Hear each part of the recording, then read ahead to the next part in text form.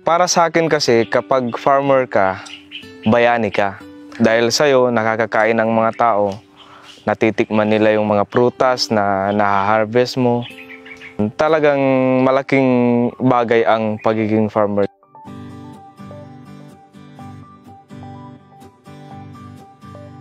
Ako po si Michael Garcia, 33 years old, from Calasiao, Pangasinan.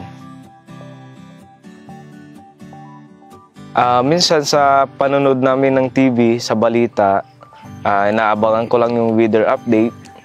And then pagka nasa field naman ako, tinitignan ko lang sa Facebook, sa internet, sa cellphone ko pagka kailangan ko malaman yung weather sa susunod na araw.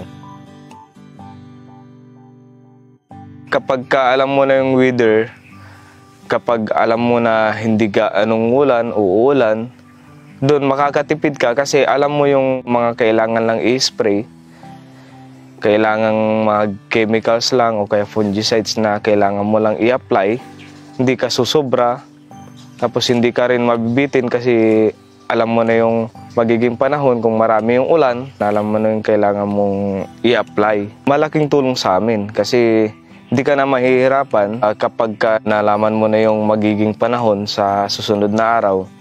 Maire-ready mo, mai-schedule mo na yung kailangang puntahan, kailangang sprayhan, ma-schedule mo na yung mga tao, ma-ready mo sila. Hindi ka na maghihintay pa ng weather update. Ikaw na mismo ang bahala na mag-search. Para sa akin, ang isang smart farmer ay yung sumusunod ngayon sa mga bagong technologies, mga innovations na bagong lumalabas.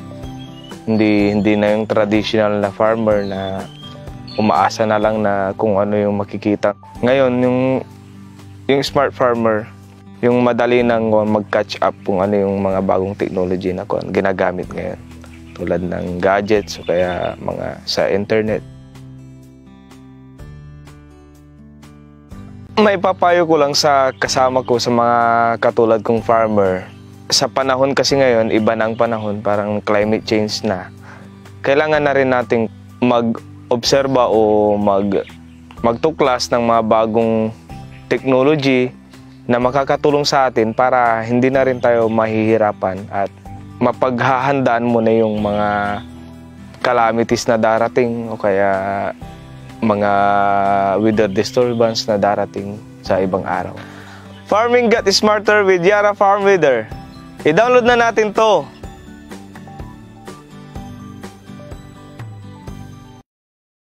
Sa bawat magsasaka, karamay nyo kami. Sa pagtatanim, sa matinding init, sa pag-aani, sa pangangalaga, sa patuloy na pag-aksyon sa kabila ng mga hamon. Isang malaking pasasalamat sa mga bayani ng ating bayan. Karamay nyo kami upang siguraduhin na hindi kayo mapapabayaan. Hindi kayo nag-iisa, anuman ang ating pagdaanan. Yara Fertilizers, Philippines. Abonong nagpapabulas, abonong nagpapalago. Iwas sakit ang maisan at palayan, masagana ang tubo. Yara Mila Grower, Yara Mila Grower. Lulusog ang butil at puno, aangat ang ani nyo. Sa abonong para sa iyo, aangat ang kabuhayan. Yara Mila Grower, Yara Mila Grower. Yara Mila Lala, Yara Mila Lala. Yara Mila Grower, Yara Mila Grower. Yara Mila Grower, angat ang ani at kita. Dahil sa Yara, walang katapat ang pag-angat sa hamon. abonong nagpapa... Okay, magandang hapon po. Nandito na naman po ulit ako, si Marcelo Espiritu, Senior Agronomist ng Yara Fertilizer. Okay, maganda po yung ating magiging discussion ngayong hapon. So, kanina po, tinawagan ko yung aking mga kasama po sa Nueva Ecija. Sila po uli yung aking makakasama ngayong hapon na ito at ang ating i-discuss po yung pinakamagandang pag-aalaga po ng talong. So, ngayong umaga pong ito, bago natin i-discuss po ito, kailangan ko po nang sabihin sa inyo or ipatid sa inyo kung sino yung mga nagwagi po doon sa ating nakaraang quiz contest. Okay, 5 po yung nanalo. Ito po, si Alan Delfin, si Rhea Sopranes Bogal, Francis Dullas, Jessie Lakbayan, Direct Paul Sibayan Paz. Yan pong 5 yan ang nagwagi doon sa ating nakaraang quiz contest doon po sa ating ginawang FB live session. So, ngayong hapon pong ito, puntahan natin po yung ating mga kasama na nandoon sa Nueva Ecija. Sabik na po silang mag-umpisa eh. So, ipapakilala ko po muna sa inyo isa-isa yung ating kasama. Ang unahin po natin, si Marlon Viloria. Marlon. Hello Sir Marcy, magandang hapon po sa inyo lahat at ganoon din po sa atin pong mga tagapakinig at taga-subaybay ng Kwentuhang Pambukid ng Yara. Ay, Marlon, malakas ang ulan dito ngayon. Ito pumapatak, hindi ko nga alam kung naapektuhan yung aking quality ng audio. Kamusta dyan sa inyo? Dito po sir na maganda rin po yung panahon. Kami po ay nagpapasalamat dahil po yung ulan ay biyaya. Pwede na pong magbungkal yung atin pong mga kasamang magsasaka. At ito, nagsisimula na rin pong pumatak yung mga ulan sa amin pong mga bubong. Yan, okay. Sa palagay ko, umpisa na nga siguro yung tag-ulan at magandang senyalis na to, makakapag-umpisa na ng wet season production yung ating mga magsasaka. So, pupuntahan naman po natin yung isa nating kasama, si Mr. Elgin Delara. Elgin? Magandang hapon po, Sir Marcelo. Hey, magandang hapon. So muli po ay binabati ako sa lahat ng ating mga maluwid na taga-subaybay sa ating Yara Kwentuhang Pambukid. So maraming salamat po sa patuloy niyong pagtutok sa ating mga episode. Nagpapasalamat ako sa inyo at kayo'y naging available ngayong hapon kasi alam ko naman kung ganong kabisi kayo ngayon, marami na kayong inaasikasong trabaho. Pero gayon pa man, maraming salamat at ako ay tutulungan ninyong hapon dito sa pagdidiscuss natin sa pag-aalaga ng talong. Okay, so ngayon, ipapasa ko na yung full floor sa iyo, Marlon. Umpisahan mo na yung pagdidiscuss mo sa pag-aalaga ng talong. Okay, Marlon. Okay, maraming salamat po Sir Marcy. Ano po? So tayo po ay magpapatuloy na sa narito po. Kilalanin po muna natin ang Yara. Ayan, so ang Yara po ay nagsimula po noong taong 1905 sa Norway. At ang layunin po ng Yara ay patuloy na nagbibigay ng crop nutrition at solusyon na naangkop po sa ating mga pangailangan bilang mga magsasaka na kung saan ay nais po nating makatulong na mapataas ang ani at kalidad ng produkto ng bawat magsasakang Pilipino. So kaya po ang Yara ay lagi pong kaagapay ng mga magsasakang mga Pilipino. So magpapatuloy po tayo. Ang atin pong paksa po sa hapon pong ito ay may kinalaman po sa pagtatanim po ng talong. Ang talong po ang isa sa mga pangunahing produkto na napakalakas po sa merkado.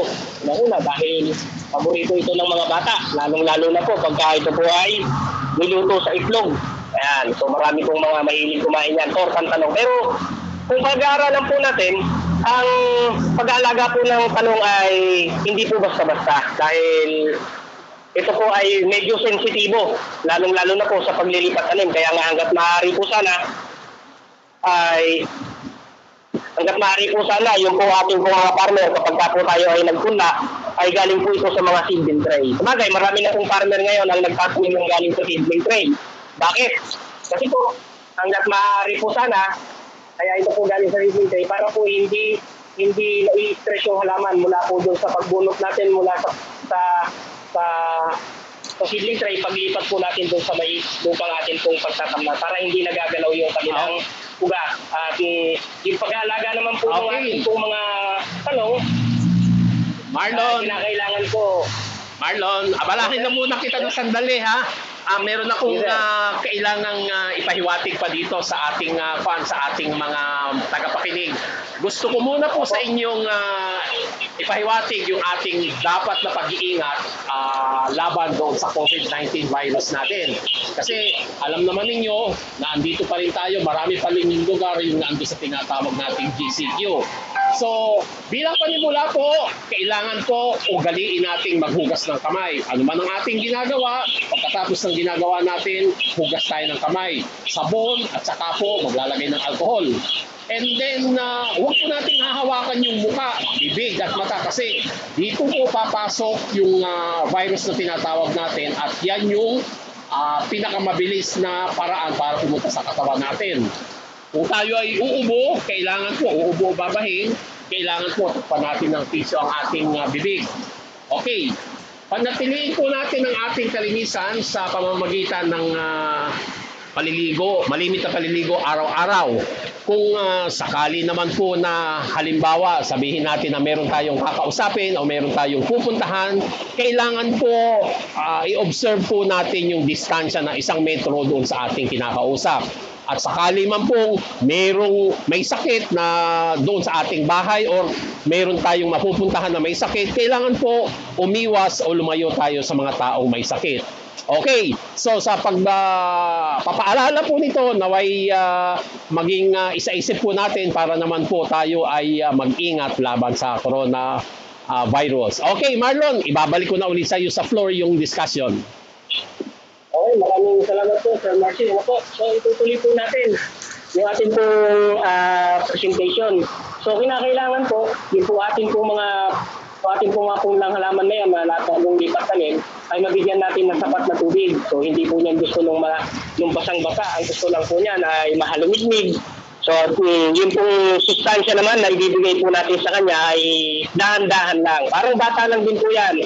Unti-unti lang ang pagpapakain natin hanggang sa siya ay lumaki at kailanganin niya na yung mas malakas na suporta ng pagkain. At siyempre, ingatan din natin siya sa mga peste.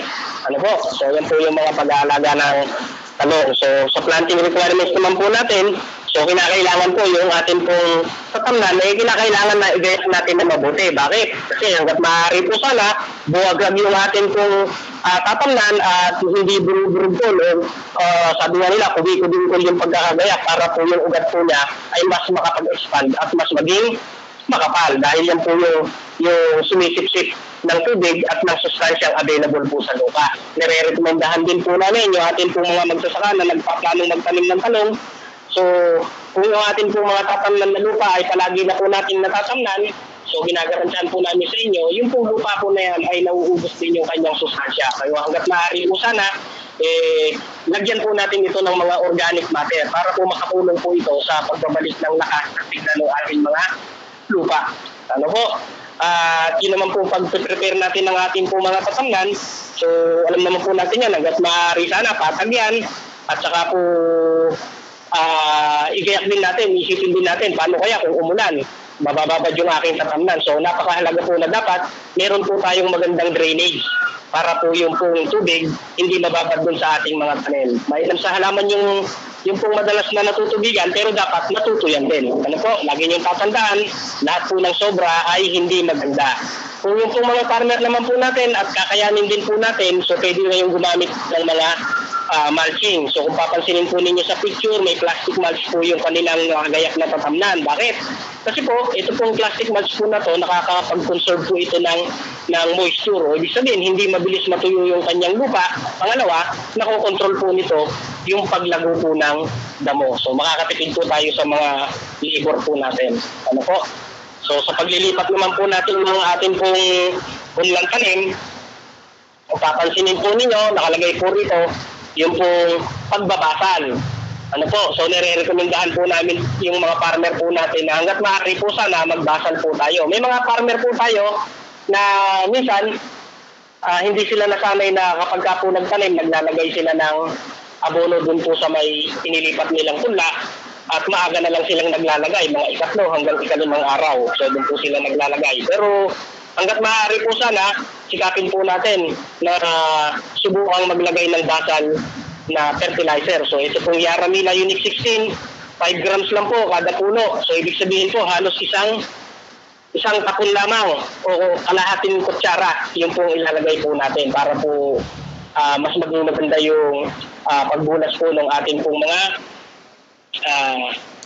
punlang halaman. Ano po, siyempre kailangan din natin ng kasapat na patubig po dyan at kinakailangan din natin maingatan sila doon sa mga mapamirang mga insekto at saka po mga hayop po sa ating po mga tubig. Ano po, bakit po ba Yaramila Unit 16 yung amin pong inire-recommenda sa inyo na ibasan? So sa Yaramila Unit 16 po kasi meron po siyang taglay na kumpletong nutrihino, nakatutulong po siya para sa mabilis na paglago at pagbunas po ng ating pong mga halaman at meron po siyang tuloy-tuloy na supply ng phosphorus na kung saan nakatutulong sa paglago rin ng kanyang ugat at pagtigas ng kanyang mga puno at katawan. Ano po? So Yaramila Unit 16 po yung pong inire-recommenda namin sa inyong ibasan. Okay, Marlon. Hello, Marlon. Yes, sir. Meron na Yes, sir. agad dito nagtatanong sa atin. Okay, panimula natin. Gusto kong malaman, noong hindi pa sila nakakagamit ng tinatawag nating Yara fertilizer, ano yung ginagamit ng farmer na basal fertilizer? Kung karamihan sir, ang mga ginagamit po ng mga kaibigan natin sa saka nung hindi pa sila nakakasubok ng Yaramila Unit 16, gumagamit po sila ng triple 14. Ayan, triple 14. Complete din daw po kasi yun. Ito yung kanilang nakasanayan. Okay. Kasi ito, meron nagtanong dito si Mang Jose. Ano ang pinakamagandang abono sa talong at ampalaya?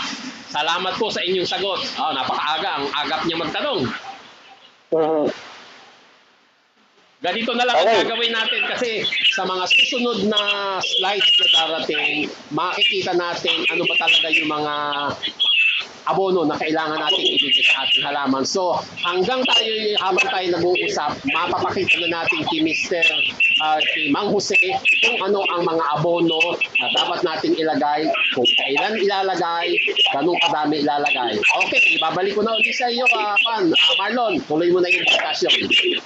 Okay, maraming salamat po, Sir Marty. Ano po? So kanina po, nagbasan po tayo ng Unit 16 para po dire-diretso yung bulas at prangkada po ng ating po mga punla. So meron po tayong tinatawag na early vegetative. So ito po yung 3 hanggang ika-14 na araw mula po nung tayo po ay magtanim.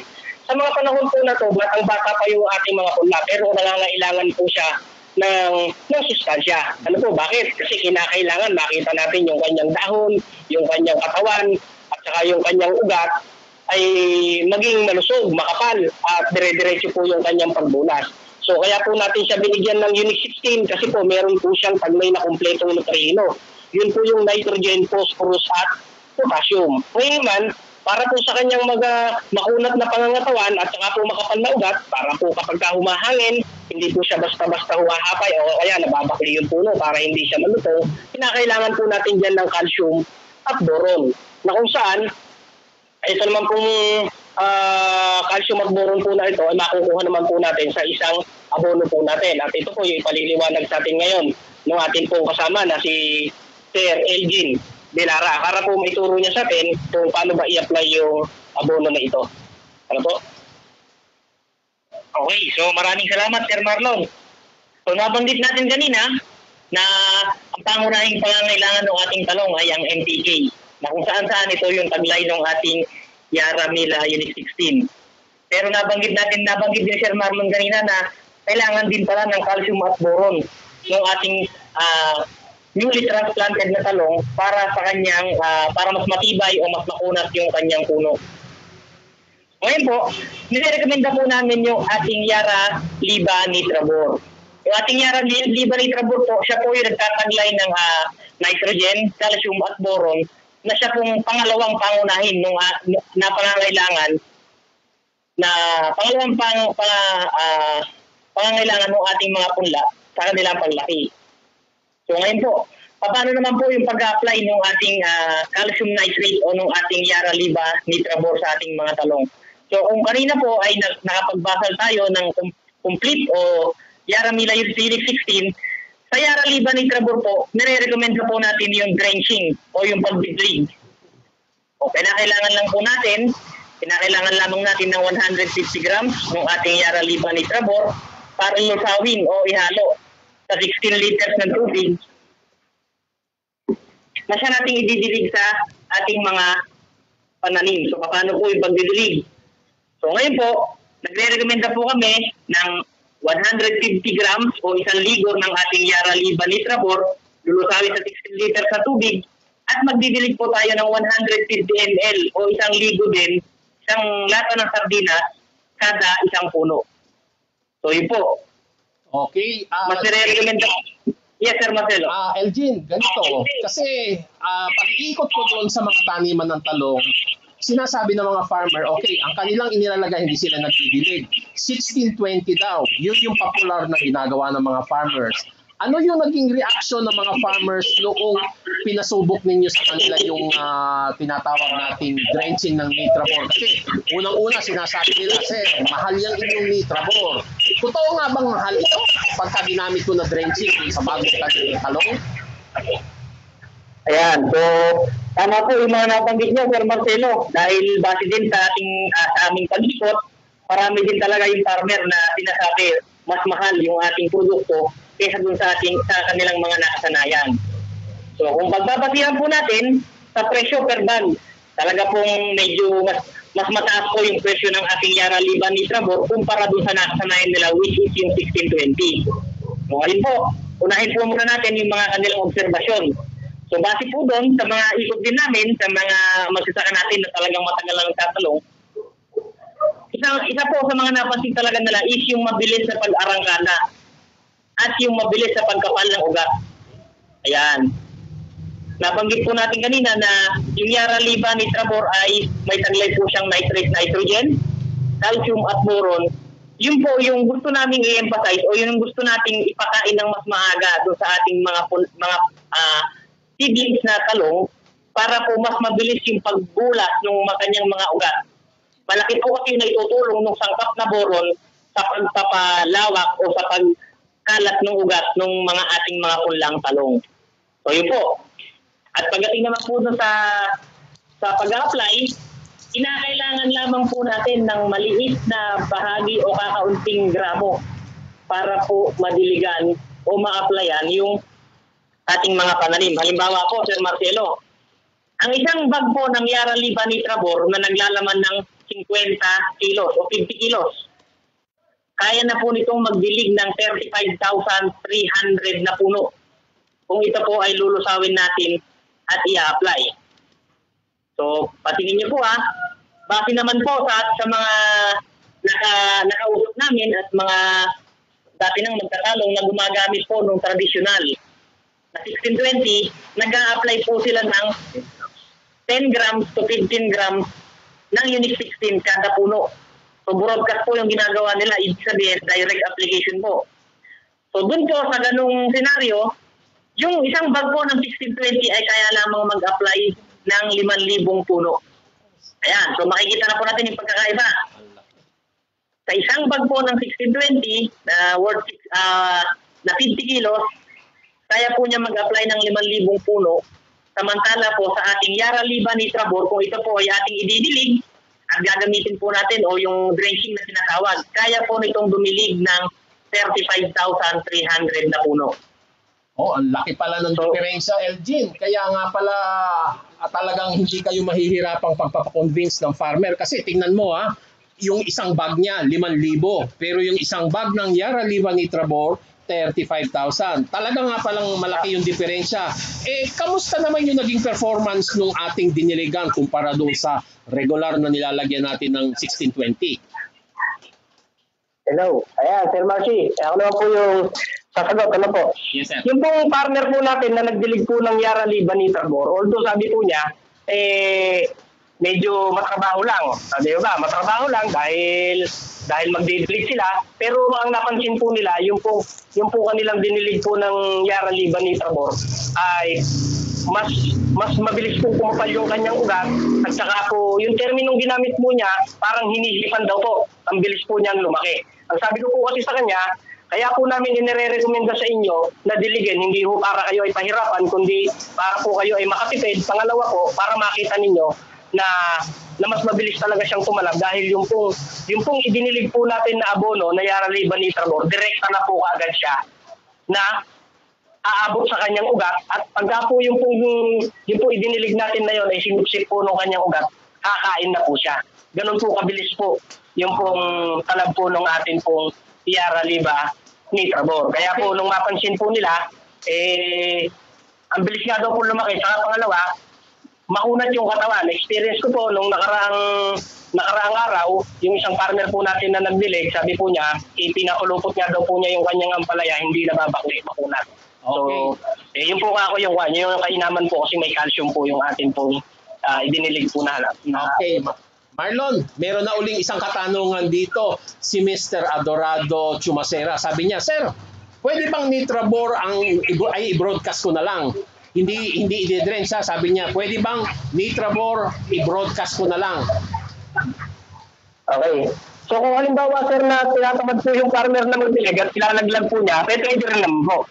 Pwede rin naman po niyang ilaglag. Kaya nga lang, siyempre, kung ilalaglag po niya yun at ang magiging rekomendasyon po natin ay mga 5 grams to 10 grams, siyempre po mas marami siyang kukonsumuhing abono versus po dun sa ididilig po natin. Ano po? Okay. Meron pa dito isang karagdagang tanong din si Clarvin Abedes. Sa drenching po, sir, gaano karami ibubuhos namin sa isang puno, sir, kung Yara Liba Nitrabor ang i-drench natin? So yun, Sir Marcelo, gaya nung nabanggit ko kanina doon sa ating doon sa ating slide, 150 ml lang po ang kailangan nating idilig kada puno. So ito po 150 ml, pwede na rin po itong isang ligo o isang lata ng sardinas. Ayun, okay. So sa kinunaw na 150 grams, so isang ligo, sa 16 liter, yung kinunaw na likido, yun ang ilalagay natin, isang lata din ng ligo sa bawat puno ng nakatanim na talong. Okay. Tama po, Sir Marcelo. Okay, salamat na marami.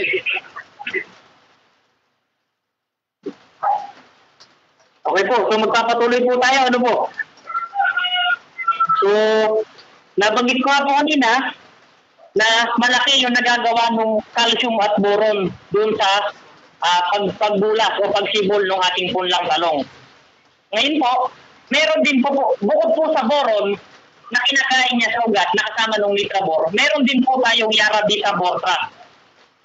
Yung ating Yara Beta Bortrac, ito po ay liquefied fertilizer na purong boron. So, ang laman lang po niya ay boron.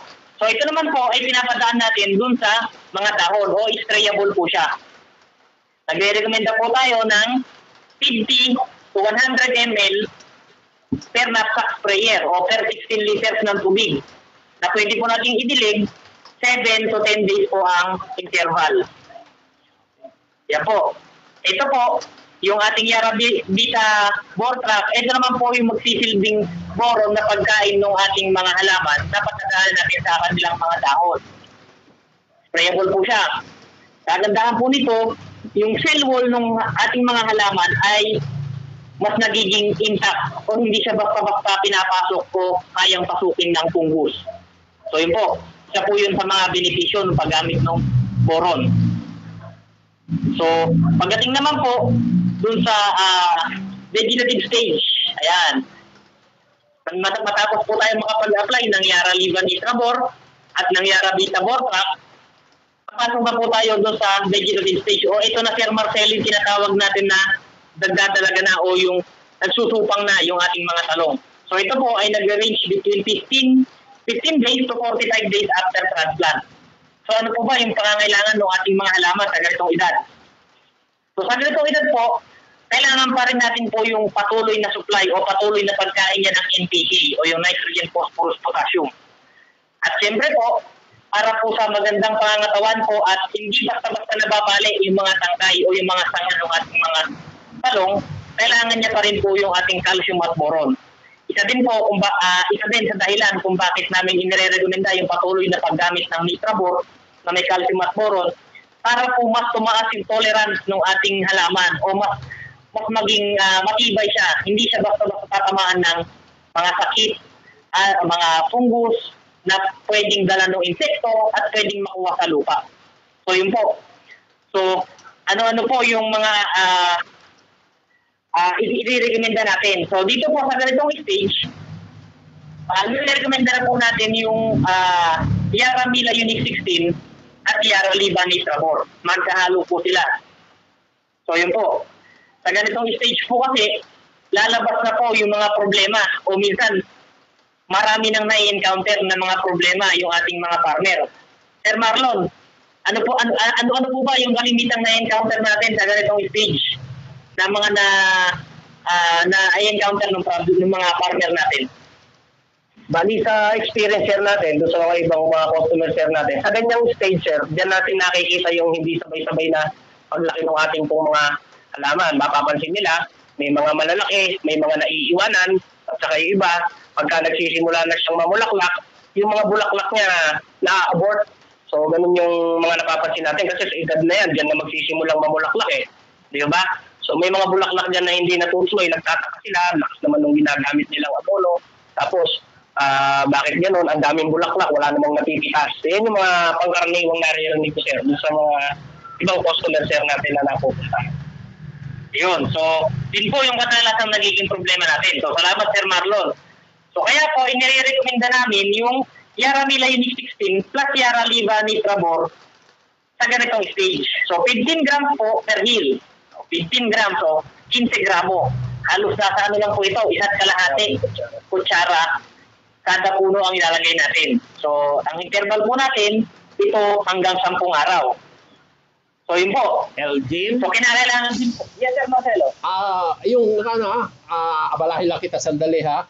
Dito pala sa stage na to, sa 15 to 45 days after transplanting, nakikita ko doon sa inyong inirekomenda na Unique 16 at Yara Libani Trabor, ito ay sa dahilang napakataas ng requirement noong ating lumalaking talong sa nitrogen.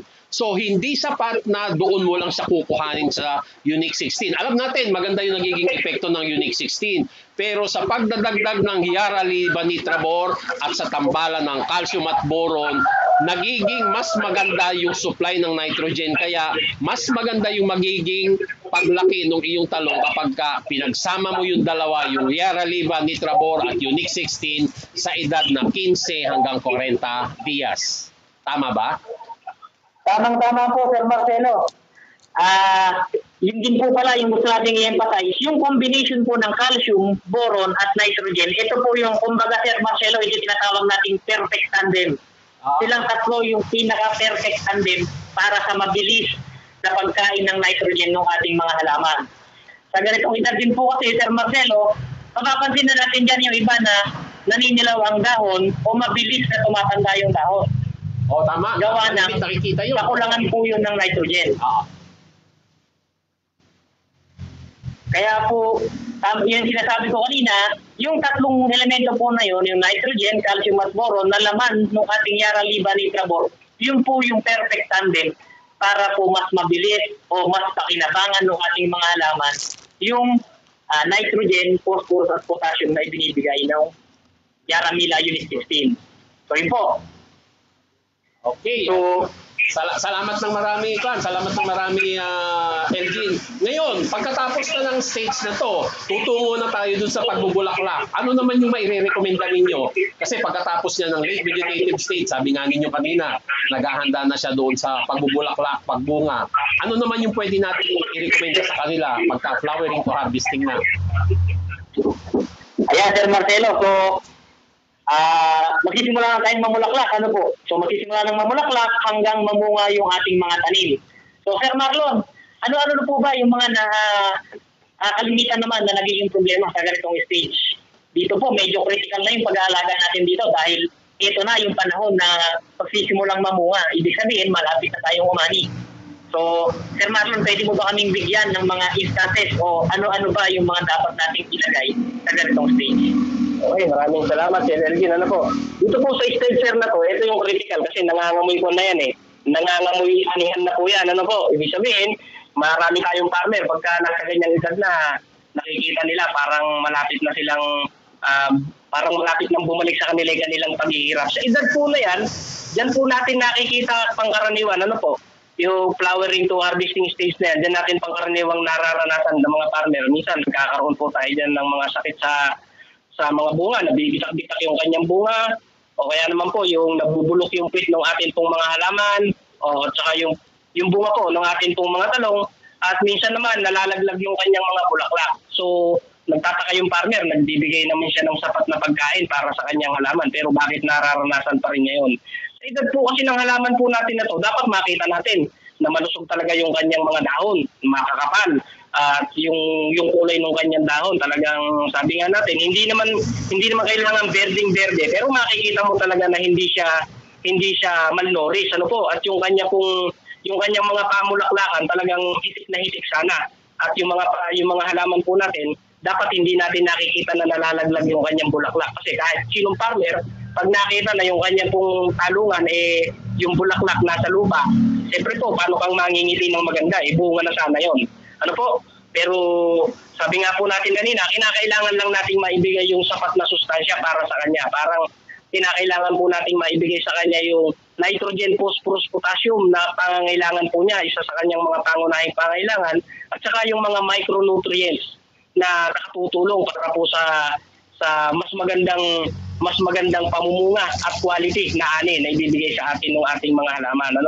So kung makikita po ninyo, meron tayong picture dito, magnesium deficiency. Kapag po ganito ang kulay ng ating pong talong, ibig sabihin po ba, makapag-create po ba ito ng maraming bunga? So, siyempre, hindi. Malulungkot tayo kasi hindi ganyan ang magandang kulay at itsura po ng dahon. At ito pong nutrient deficiency symptoms na to, kung makikita po ninyo, kung ganito ang mga bunga, mayroon tayong eggplant fruit cracking, anthracnose, blossom end rot. Siyempre, kung ganito yung bunga ng ating mga talong, mas maraming reject, mas maraming natatapon kaysa po yung maibenta po natin sa merkado.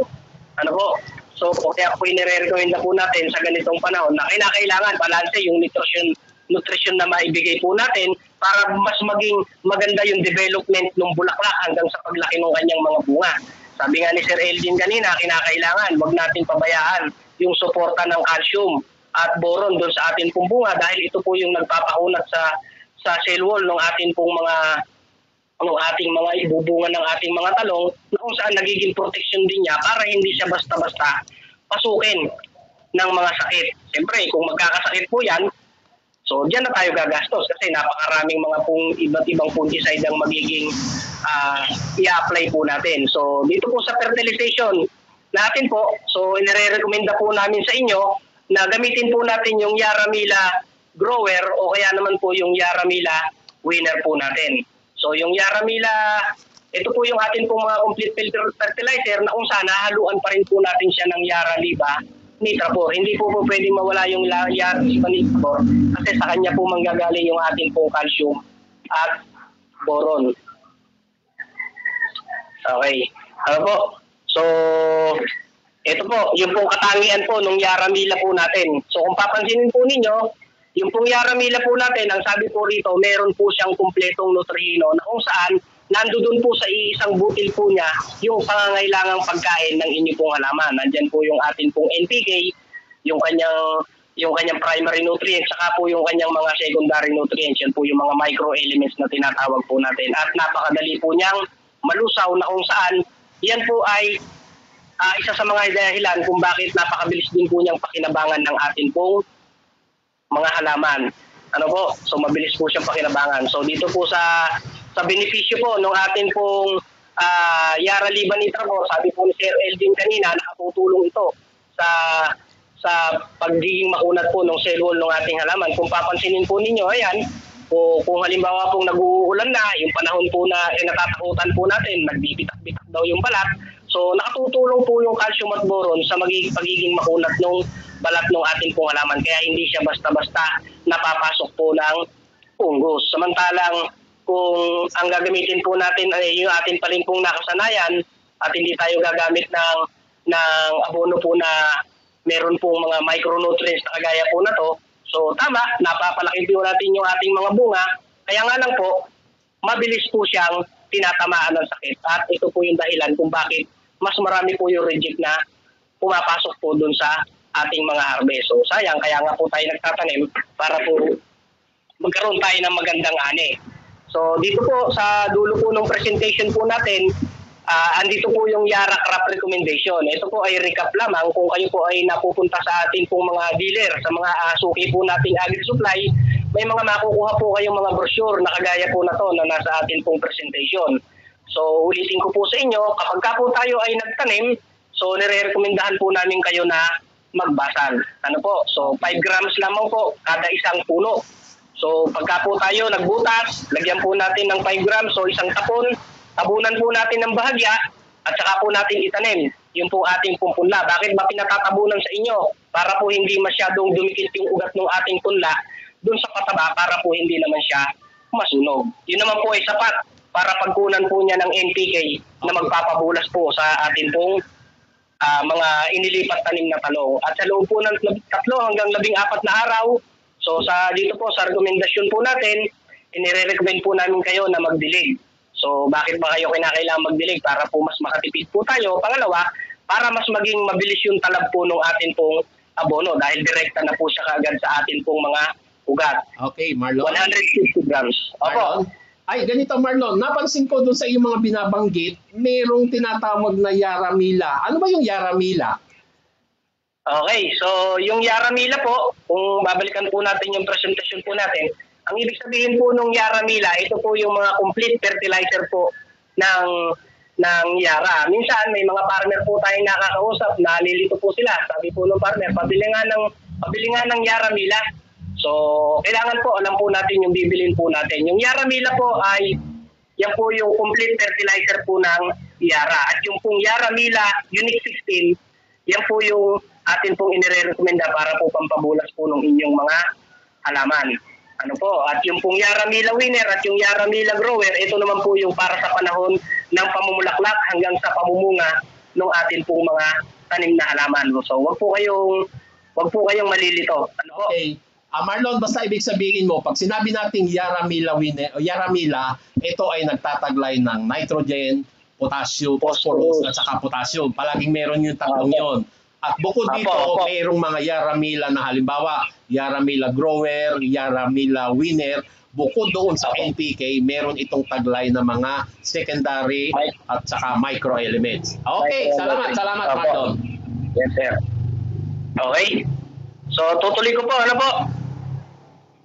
Ayan. Doon po sa rekomendasyon po natin, kapag ka po tayo ay nakapagdilig na po ng Yara Liba Nitrabor, sa loob po ng 2 linggo po ito, 2 beses. Ano po, pwede po kayong magsunod ng pagitan ng 5 araw. At dito naman po, pwede po tayong mag-spray ng Yara Vita Bortrac. Sabi nga ni Sir Elgin kanina, nakatutulong po ang Yara Vita Bortrac para po sa mas malagong ugat. Pagka po malago ang ugat, mabilis pong lumaki ang ating mga halaman dahil marami pong sumisipsip ng tubig at ng sustansyang available po dun sa lupa. Kapag ka naman po nandun na tayo sa 15 hanggang 45 araw, so paghahaluin na po natin yung Yaramila Unique 16 at saka po yung Yara Liba Nitrabor. 5 to 10 grams po ang bawat isa. So halimbawa po, 5 grams na Yaramila Unique 16, ihahalo po natin siya sa 5 grams na Yara Liba Nitrabor. So yun po yung kombinasyon natin para po sa isang puno. So ito po yung panahon na nagpapabulas po tayo. Bakit po ba ito yung inire-recommenda namin? Para po dire-diretso yung arangkada, pagtatalbos, pagsusupang, hanggang sa malaking puno at pakapal na ugat. Preparasyon naman po ito para po sa malusog na panahon ng kanyang pamumulaklak. Ano po? At pagka naman po tayo ay nasa 45 days hanggang 120 days na, ito po, gagamit na po tayo ng Yaramila Winner o kaya naman po Yaramila Grower at kahalo pa rin po yung Yara Liba Nitrabor. So ipapaalala ko lang po para po doon sa iba po nating mga farmer. Alam ko po may mga nakikinig na po dyan na gumagamit na po ng Yara. Kapag ka po tayo ay naglagay po ng kombinasyon ng Yaramila Winner or Grower at kahalo po na yung Yara Liba Nitrabor, yung susunod pong paglalagay po natin, ang gagamitin naman po natin ay Yaramila Unique 16. Ano po? So may mga farmer po kasi tayo na gumagamit po ng Yara pero ang sabi po nila, sir bakit ganun? Nung pong naglalagay ako, ang dami po niyang bulaklak. Talagang masisiyahan kayo. Kaya nga lang, parang umiikli yung panahon nung kanilang tanim. Kasi nga po, dun sa may brochure po natin, nakalagay sa kanya, Yaramila Grower plus Yara Liba Nitrabor. Pero kapag ka po nag-apply kayo ng Winner at Nitrabor, yung susunod na apply po, Unique 16 naman. Huwag po ninyong susunod-sunurin. Ano po? Parang wala po yan eh. parang yung nanay, pagkasunod-sunod din yung kanyang panganak, maagang malolosyang. Huwag tayong masyadong masabik dun sa dami ng bulaklak na nakikita natin at sa dami ng bunga na nakasabit dun sa ating puno. Kailangan ibinabalik din natin yung lusog ng mga talbos para po kayang-kaya niyang palakihin lahat ng bulaklak at bunga na ibinibigay po nung Yara Mila Winner. So, yun lang po, isang paalala. Pangalawa, ang i-apply po nating foliar ay yung pong Yara Vita Calcium. So, nakatutulong po yan para dun sa mga bungang lumalaki ng ating mga halaman para maiwasan natin yung pagbibitak-bitak, yung pagpapatsi-patsi ng bunga po ng ating mga tanim. Ano po? Okay. So, hanggang dito na lang po. Ibinabalik ko po yung pong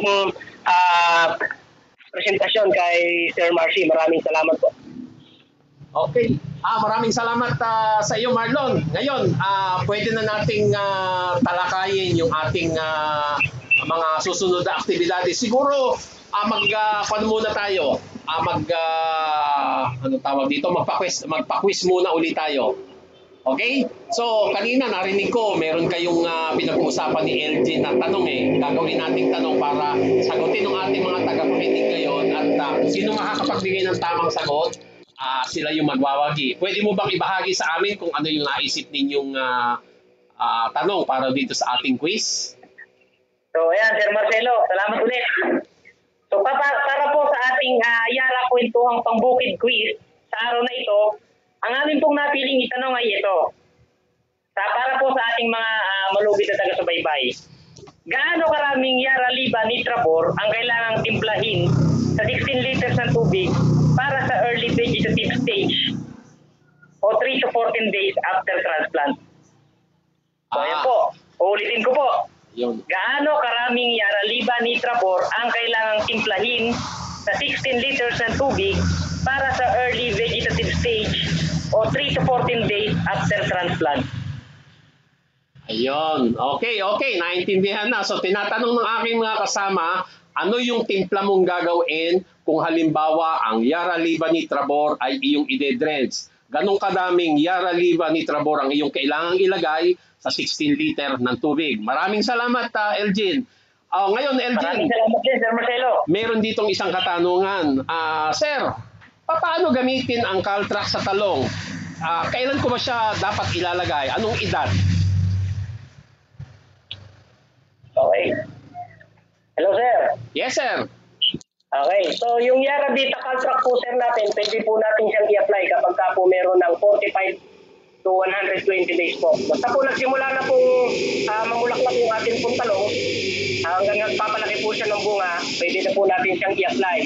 Ang interval po natin dito ay pwede po tayong 7 to 10 days o kaya naman po 10 to 15 days. Conforme po dun sa farmer po na mag-a-apply kung gaano sila kakakuan.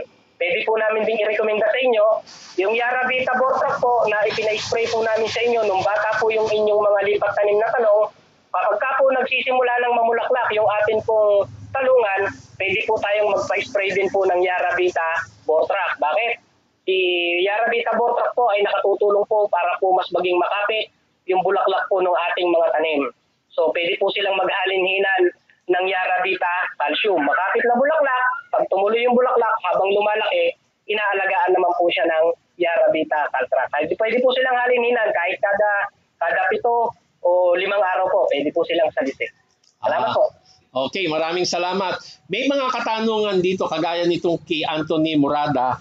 Ang tinatanong naman niya yung sa talong Sir, sasagutin ko na lang po itong question ninyo sa talong doon sa binanggit po ninyong numero. Ako na po yung sasagot doon tungkol po doon sa paggamit ng abono sa mais. Okay? Eto pa, maghahanap pa tayo, maghihintay pa tayo ng ibang katanungan. Okay. Si Ben G. Ayan, okay. Gandang pangalan, Ben G. Malilito talaga ang mga farmer niyan sa dami ng pangalan. Dapat yung coding niyan merong something na kaparehas na nakasanayan ng farmer. Ayun, yun yung sinabi niya. Base doon sa ating inirekomendasyon, medyo nalilito daw ang pwedeng malito ang farmer sa dami ng pangalan. Meron ba kayong halimbawa na naiisip na magandang coding para hindi malimutan ng farmer o yung madali nilang matandaan yung bagang halos malapit doon sa nakasanayang produktong ginagamit ng farmer?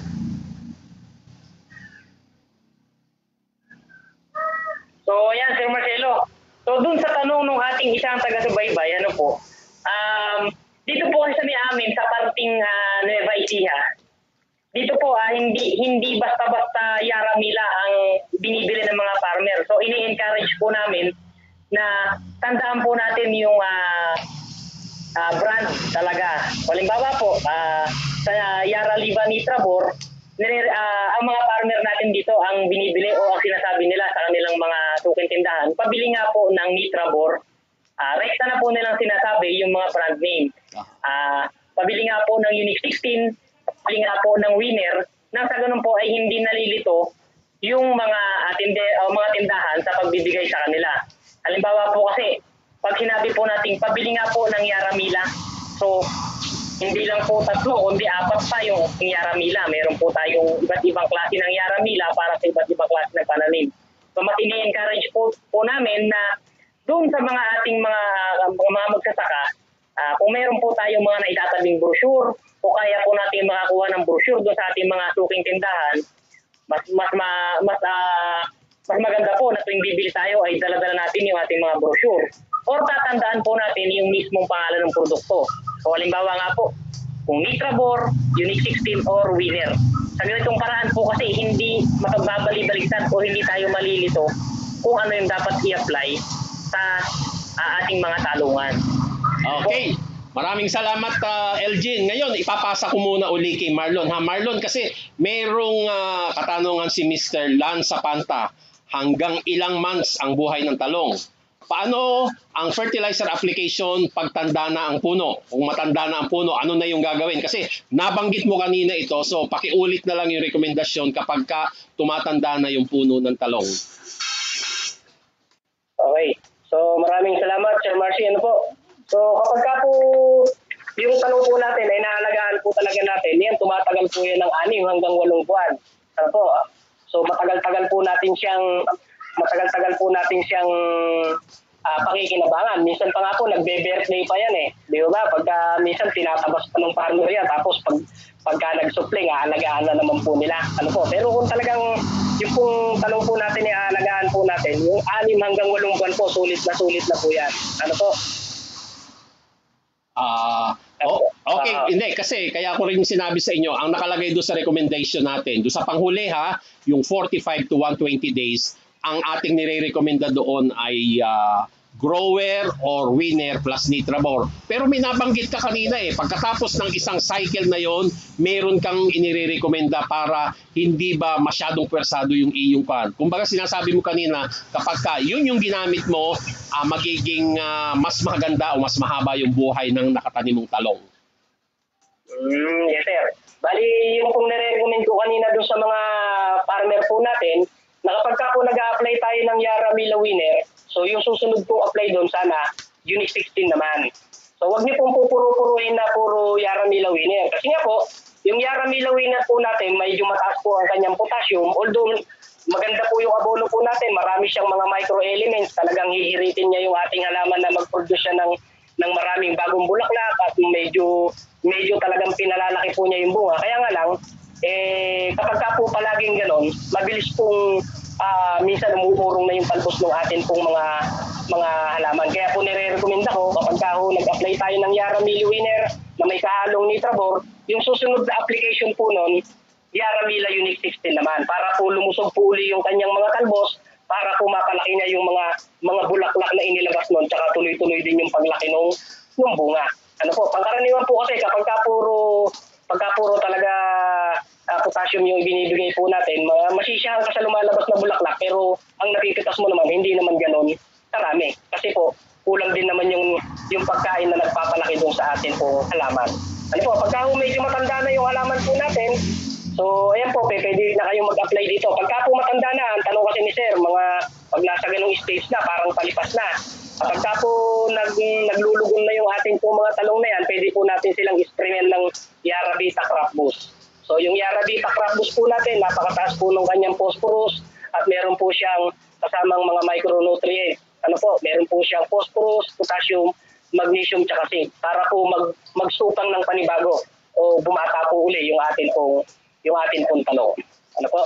Okay, Marlon, marami akong natatanggap dito mga katanungan pero ang mga tinatanong nila dito ay patungkol sa presyo, availability, saan mabibili. So kung mga ganun po yung mga katanungan, maglagay lang po kayo ng mensahe doon sa aming Yara Facebook page at tutugunan po namin yung mga tanong ninyo tungkol dito po sa presyo, saan natin mabibili yung produkto. Okay po? Okay, sir. Sandali lang nag-iintay pa tayo ng susunod na katanungan.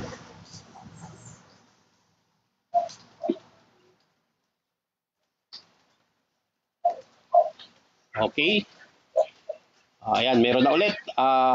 Okay, si Marlon Canaveral Mactal. Okay, after 15 to 45 days after transplanting, ano na po dapat ang i-spray sa talong? So, meron ka nire-recommenda dito na granular application. So, ano yung maire-recommenda mong i-spray na natin kung meron kailangang i-spray na Yara Vita sa talong pagka pumasok na siya doon sa 15 to 45 days after transplanting?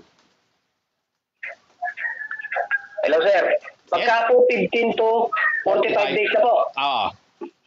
Okay. So, pagka 15 to 45 days po, yung pong Yara Vita Bortrac po, pwede pa rin po natin siyang tuloy-tuloy na i-apply. Bakit po? Kasi po, ito naman po ay, ang interval naman yan ay nasa 10 hanggang 15 araw. So, kinakailangan po kasi, habang yung atin pong halaman kinukuha niya yung kanyang fully development bago siya mamulaklak, dire-diretso rin po yung kanyang mga buhay na ugat. So, nakatutulong po yun para po pagka nagtuloy na po yung kanyang bulaklak, taglay pa rin po niya yung pampakapit. So, yung boron po kasi kanina, sabi ko sa inyo, nakatutulong po siya para po mas maging makapit po yung bulaklak. So, yan po yung pwede po natin gamitin. Tuloy-tuloy niyo lang po yan.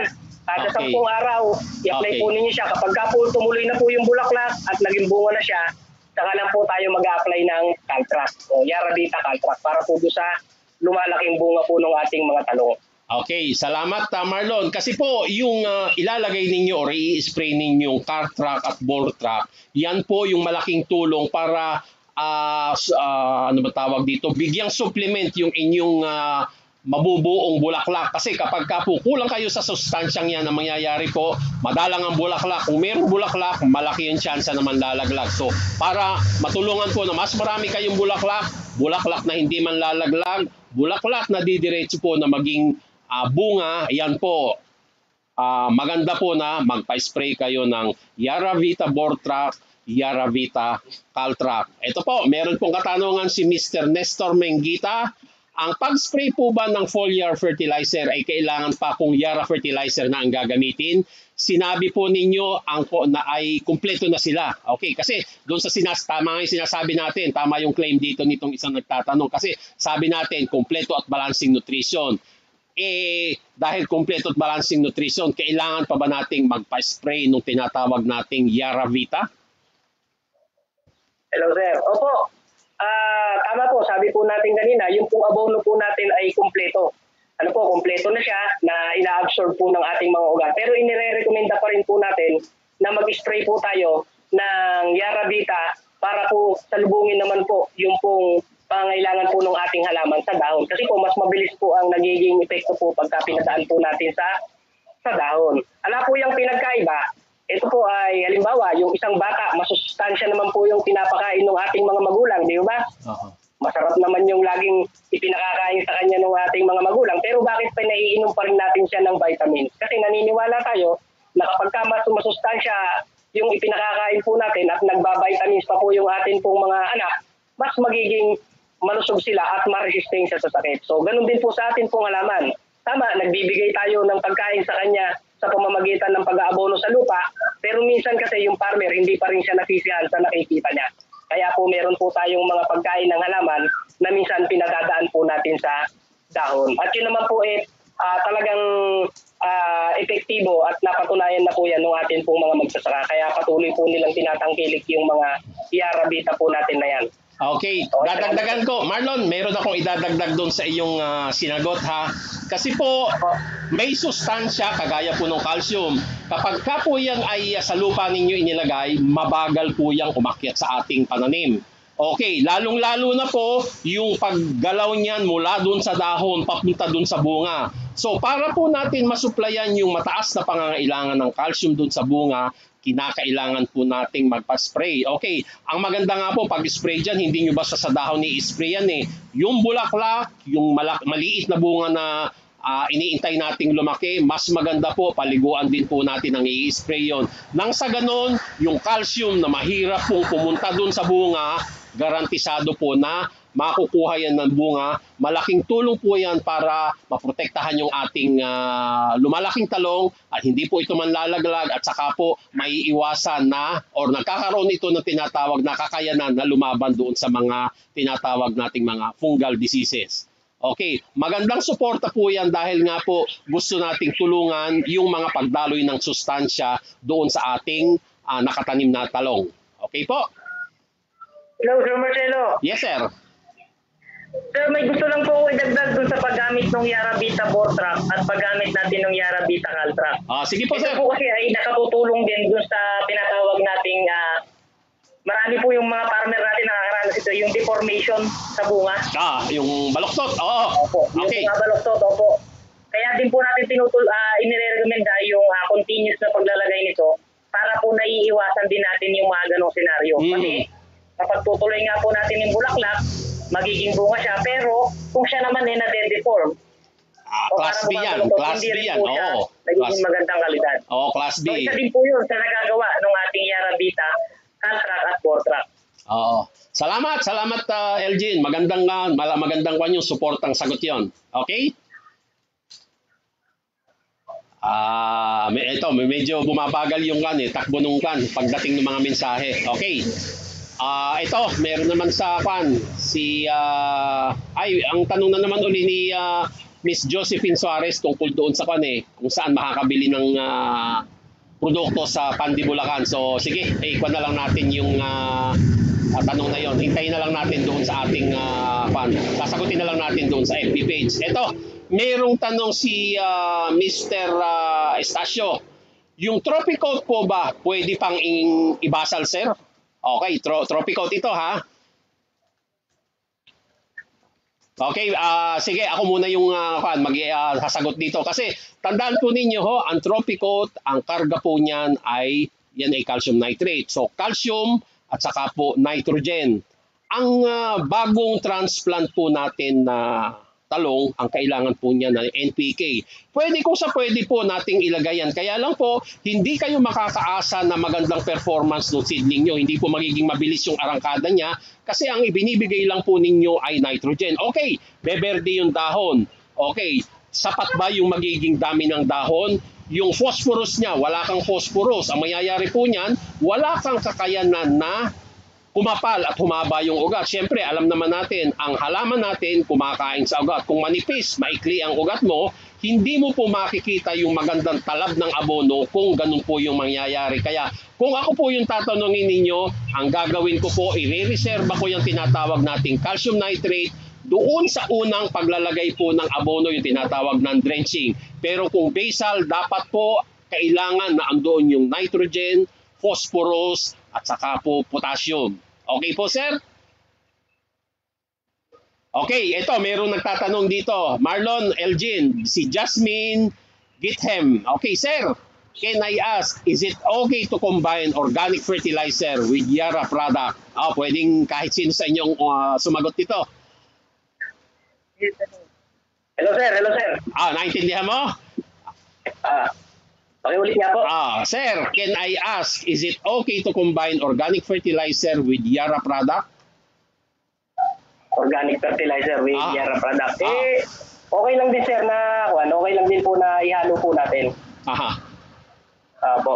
Ano ba yung benepisyo ng organic fertilizer? Yung organic fertilizer, sir, nakatutulong po yun para po sa mas maging mabuhay po yung mga lupa po natin. Pero mas mainam na yan po, isabog na po natin sa land preparation. Ayun, okay. Kasi yung farmer po natin, mga magkakaiba po ng discard yan. Baka mamaya ginagawa na po nila.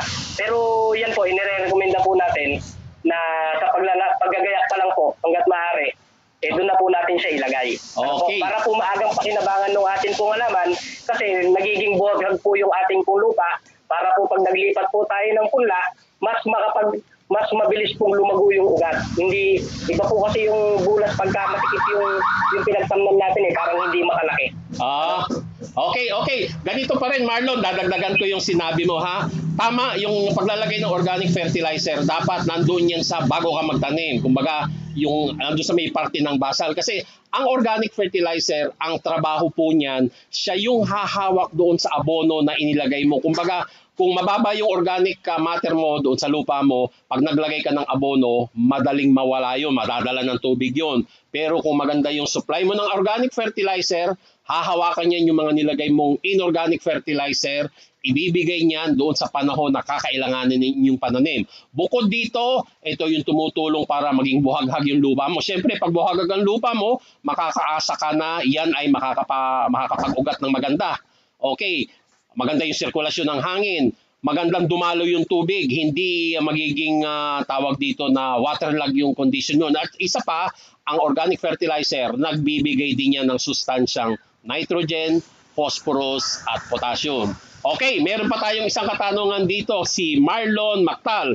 Ano pong oras mainam na mag-spray ng Yaravita sa pananim na gulay? Umaga po ba o hapon?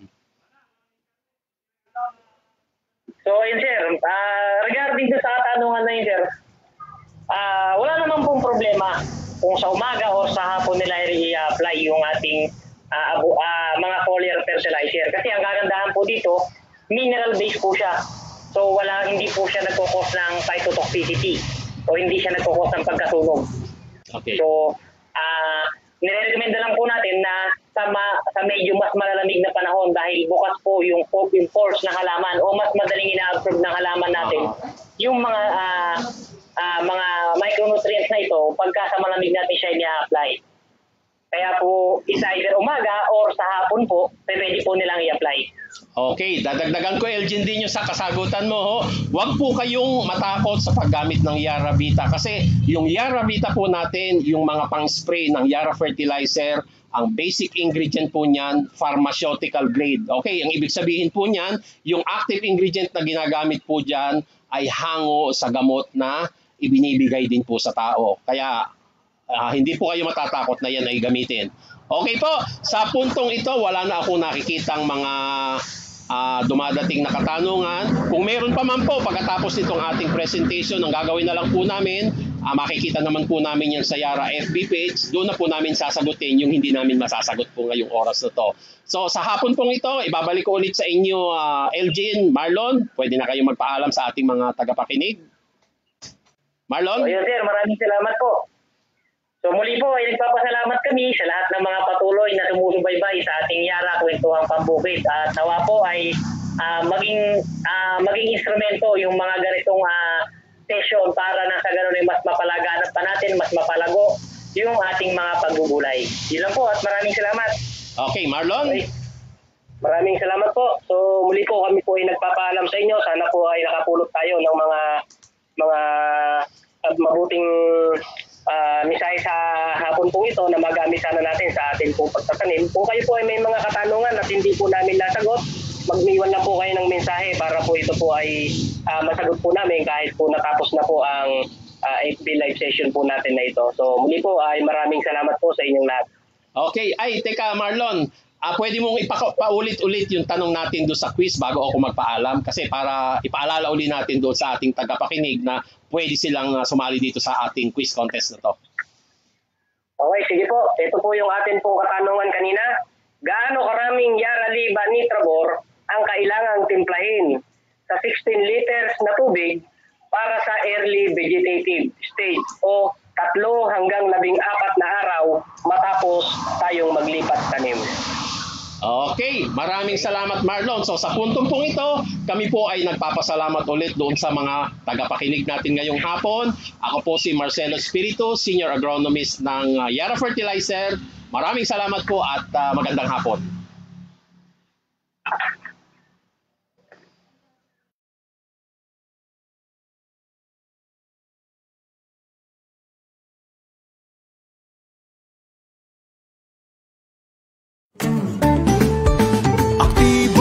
nagpapabulas, aktibong nagpapalago. Iwas sakit ang maisan at palayan, masagana ang tubo. Yaramila aktibo, Yaramila aktibo. Lulusog ang butil at puno. Sa bawat magsasaka, karamay nyo kami. Sa pagtatanim, sa matinding init, sa pag-aani, sa pangangalaga, sa patuloy na pag-aksyon sa kabila ng mga hamon. Isang malaking pasasalamat sa mga bayani ng ating bayan. Karamay nyo kami upang siguraduhin na hindi kayo mapapabayaan. Hindi kayo nag-iisa, anuman ang ating pagdaanan. Yara Fertilizers, Philippines.